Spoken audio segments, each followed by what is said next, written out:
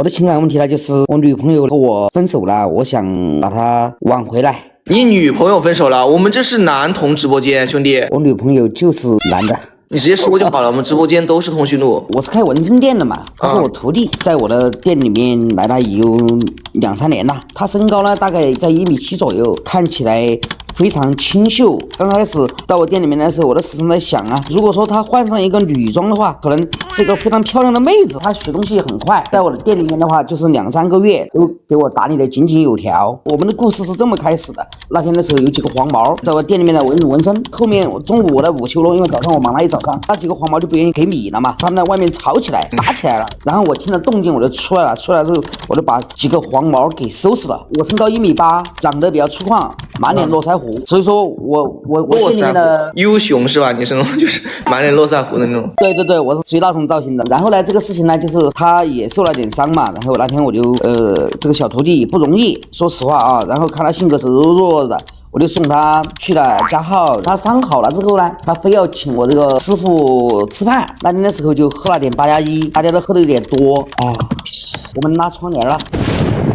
不是啊，他在你店里面做徒弟，黄毛闹事，他还帮你的忙，帮完之后人家还有点受了伤，你刚把他送去治好了，晚上你就跟他拉窗帘，不怕他伤口裂开吗？那是第3天，手上受伤了，好像是。你知道他是通讯录吗？你就敢跟他拉窗帘？他怎么知道你是通讯录的呀？都不知道，我也不知道。那天的时候是这样的，为什么我有这么大的胆子呢？我们喝酒的时候就聊到了自己各自的家庭，他就讲到从小的时候，他的母亲刚刚怀上他的时候，他的父亲就和那个2+1跑掉了。从小是他母亲养大的，然后他母亲呢就把他当女孩子养，造成了他这个性格，认为他自己就应该是个女孩子。所以那天的时候，我说实话啊，我如果说不是这件事儿，我也不知道我有这种取向。其实，在以前的时候呢，我的家庭也是很糟糕的，因为我的父亲经常爱喝8+1，喝了就打我母亲。在我10岁的时候啊，那次的时候，我让母亲还怀有一个小西瓜，我父亲一脚踹到我母亲肚子上。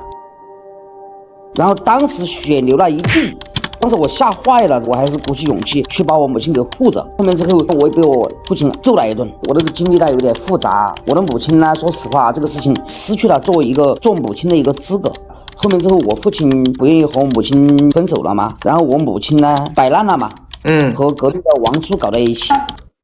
还被我亲眼撞见过，可能是因为这些原因，我对女人一点感觉都没有。10年前我有一个短暂的围城，也是家里面介绍的嘛，在一起2年，我不知道是为什么我对她提不起兴趣，我甚至怀疑我身体上是有哪些问题，但是我一直没有想清楚这个事儿，直到这次和我徒弟拉窗帘，我才知道原来你喜欢男的？对，我跟你讲，很多都是这样子的。很多人说什么掰弯直男，根本都不存在这种情况。有很多人根本没有意识到自己喜欢男的女的。很多人说什么通讯录是天生的，真不一定。我真的见过无数的通讯录，有很多通讯录就是跟你条件是一样的，就是从小家里受过什么刺激，就开始不喜欢女生了。哎，我想问一下你多大呀？你10年前就有围城了？我今年38了。有孩子吗？没有。我前妻和我在一起2年多，我们一次窗帘都没拉过。那你前妻受得了你啊？我是四川的嘛，为什么我会到成都这边来呢？我前妻和我拿分手证之后，就在村里面到处谣传，说我性无能，知道吧？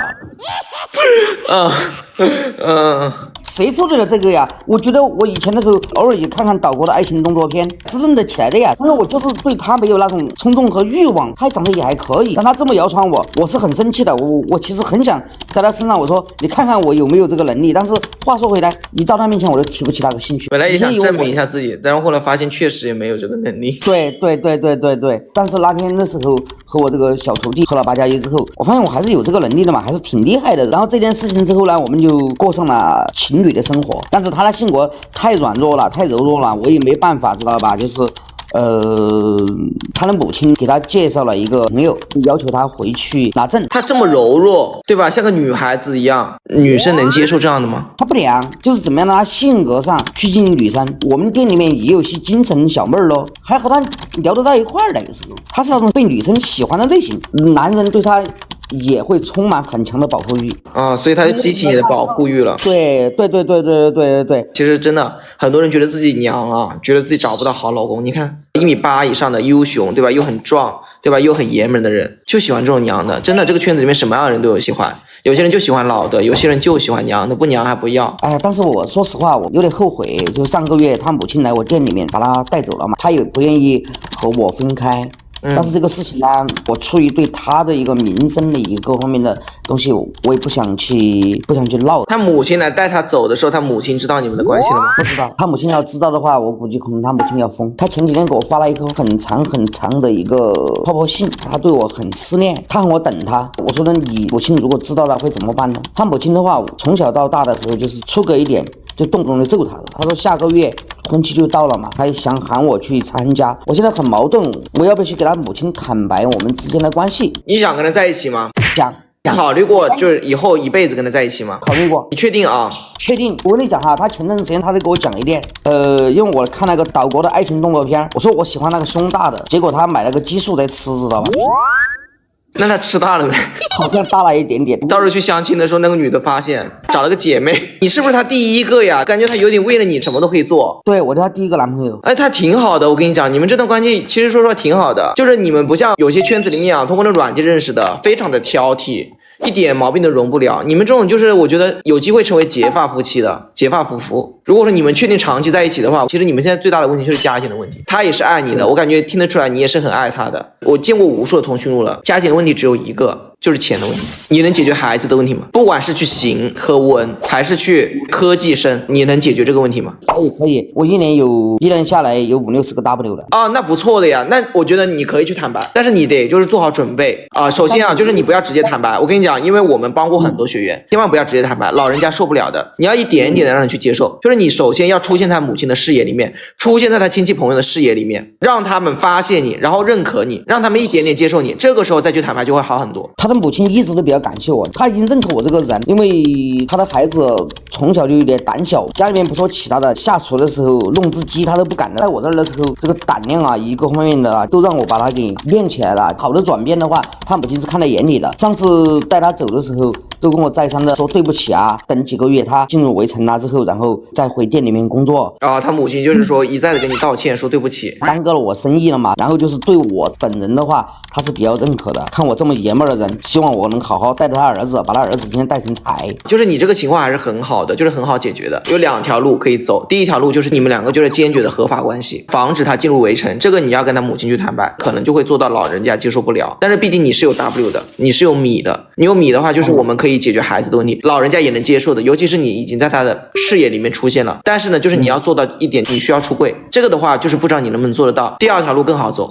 因为我见过无数的通讯录嘛，我有很多学员都是有家庭问题的，很多直男直女他结婚了之后，他们是分居异地的。你们去北上广深看那些就是在外地打工的人，他们老婆或者老公都不住在这个城市，其实就是结了婚之后有夫妻之名，但是没有夫妻之实。就是你万一走不出这个困局，让他进入围城了，你也不用担心，因为他一直在你店里工作，其实你们继续可以保持这个实质的。这2条路都是可以走的，但是我建议你能走第1条路尽量走第1条路，因为它没有道德上的风险，第2条路就有一定的道德风险。你刚刚说的这个问题呢，是一个重点。第1条路就是为什么呢？我觉得有可行性。就是那天的时候，他母亲跟我聊了很多，他的母亲也是属于独生子女了嘛，很想要他有个孩子的，有个孩子的话继承一个香火了嘛。他母亲跟你说过这种话？对，他是跟着他母亲姓。他母亲亲口跟你说过，他结婚就是想继承个香火啊，对，说这个问题。就是、哎呀，这个问题不就解决了吗？他母亲早就发现你了。哎呀，女人的心思都很敏感的。他母亲跟他找了个女朋友，其实就是相当于给他找了一个传宗接代的人。那个女生可能也是能接受的，他母亲早就能接受你们的关系的，那很好解决。他母亲都帮你们找好后路了。要想的就是说，他到时候生了孩子，你能不能帮他带？是这样的吗？对，只是你最好别跟他去撕破这张窗户纸，因为他在村子里面还要做人。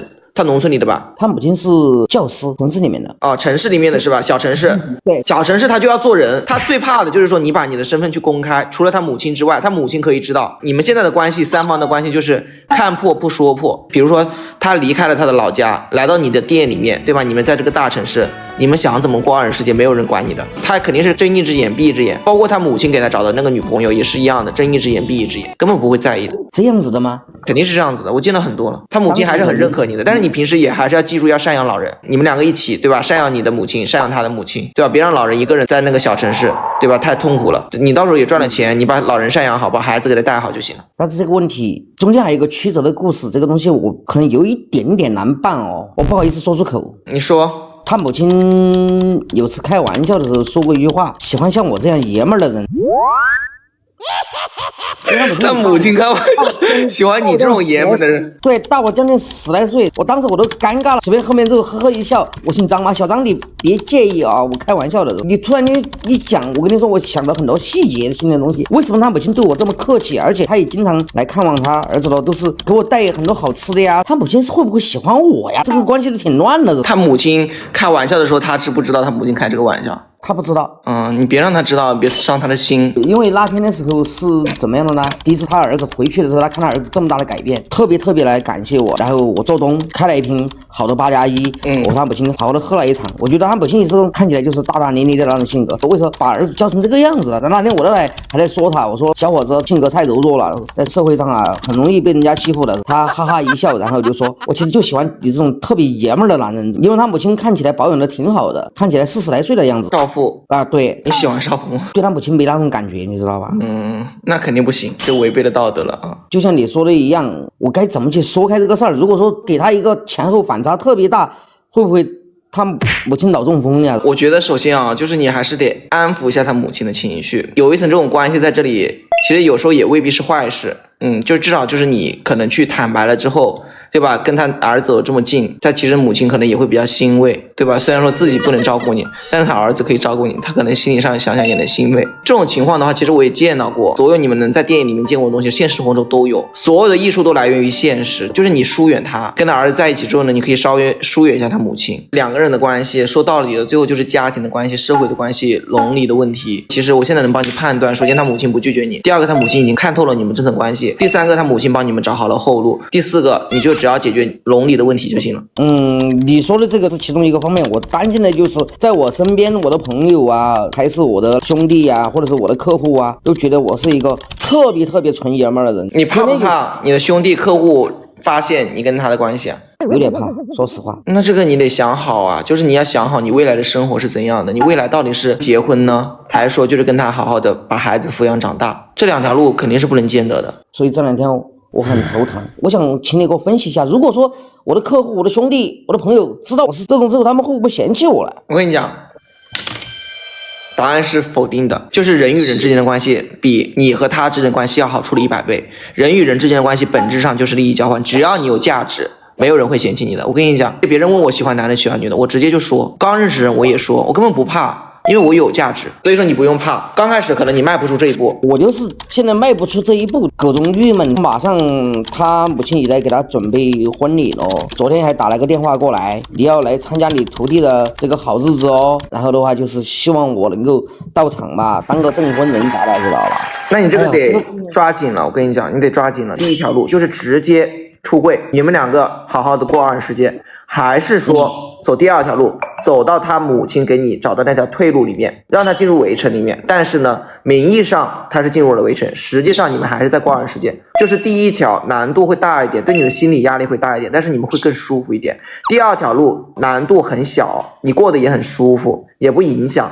但是呢，可能会有一点点的道德压力，但是其实也没有那么多，因为他母亲还是想好了你们的关系了。那个女的也是他母亲帮他找的后路，只要你说你能处理好，就是说给到足够多的补偿，就没有什么道德压力。好，这个东西我大概有决断了，我先去做一个，在他母亲那儿做一个试探，看看是什么情况，然后就是看一下像科技方面的东西啊，能不能解决小宝的问题啊。我跟你讲，在这个社会上，有钱解决一切问题。其实你现在最大的问题就是你心理上的坎，只要你能走出你心理上的坎。好，行，那再见。如果说你们有什么情感问题，可以说进我的主页粉丝群，然后跟我1对1私下来练，好不好？